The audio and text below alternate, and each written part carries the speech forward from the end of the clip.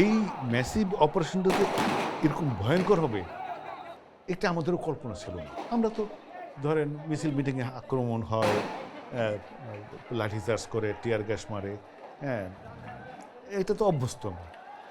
তো এটা যে ডাইরেক্ট গুলি করতে করতে ঢুকবে এটা আমরা কল্পনা করিনি। সম্ভবত রাত ২টার পরে, মানে টাইমটা ঠিক কিন্তু মানে মনে আসতেছে না ঠিক মূল কেসটা যে কখন করছে।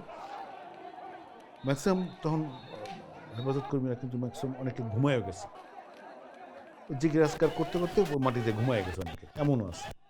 সবাই ঘুমায় না, কিন্তু কিছু কিছু মুসল্লি ঘুমায় গেছে। কেউ কেউ রাতে খাওয়া দাওয়া হয়েছে কি হয় নাই এটাও কিন্তু, তখন ওই দিন কোনো খাওয়া দাওয়ার আলাদা ব্যবস্থা ছিল না।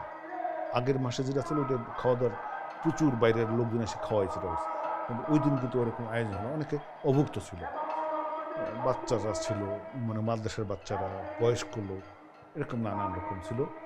তো এই ঘুমন্ত মানুষদেরকে আনুমানিক সময় রাত ৩টা, মানে ২:৩০ ৩টা, মানে ঠিক টাইমটা বলতে পারছি না, কারফিউ নাই, ১৪৪ ধারা নাই, কোনো সতর্কতা নাই যে আগে ব্ল্যাঙ্ক ফায়ার করে, টিয়ার গ্যাস মারে, নানান রকম সতর্কতা কিচ্ছু নেই, ডাইরেক্ট ফায়ারিং।